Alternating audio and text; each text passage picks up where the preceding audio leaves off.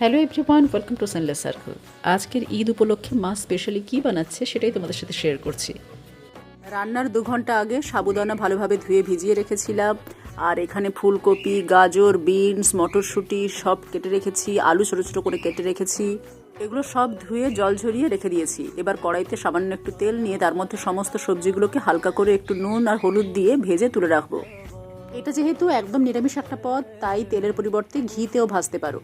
এরপর সমস্ত সবজিগুলো তুলে নিয়ে আবারও কড়াইতে সামান্য একটু ঘি আর সামান্য একটু তেল দেওয়ার পর একটু তেজপাতা, শুকনো লঙ্কা, জিরে, মৌরি, এলাচ, লবঙ্গ, দারুচিনি একটু থেঁতো করা দিয়ে ভালোভাবে ভেজে ভেজে নিয়ে আগের থেকে হালকা করে ভেজে রাখা সবজিগুলো আবারও দিয়ে দিলাম। আবারও কিছুক্ষণ নাড়াচাড়া করার পর কয়েকটা কাজু, কিশমিশ আর চিনেবাদাম দিয়ে তার সাথে স্বাদমতো নুন আর হলুদ দিয়ে ভালোভাবে নাড়াচাড়া করে নেব। এরপর ঢাকা দিয়ে একদম হালকা আঁচে 2 থেকে 3 মিনিট রেখে দেবো। তারপর দেখবো যে সবজিগুলো অনেকটা সেদ্ধ সেদ্ধ মতো হয়ে এসছে, তখন সাবুদানাগুলোকে দিয়ে দিলাম। এবার ভালোভাবে সবজির সাথে সাবুদানাকে মিশিয়ে নেওয়া হলো। এরপর সামান্য একটু গুঁড়ো মিছরি বা কয়েক দানা চিনি ওপর থেকে একটু ছড়িয়ে দাও, ভালোভাবে মিশিয়ে নাও।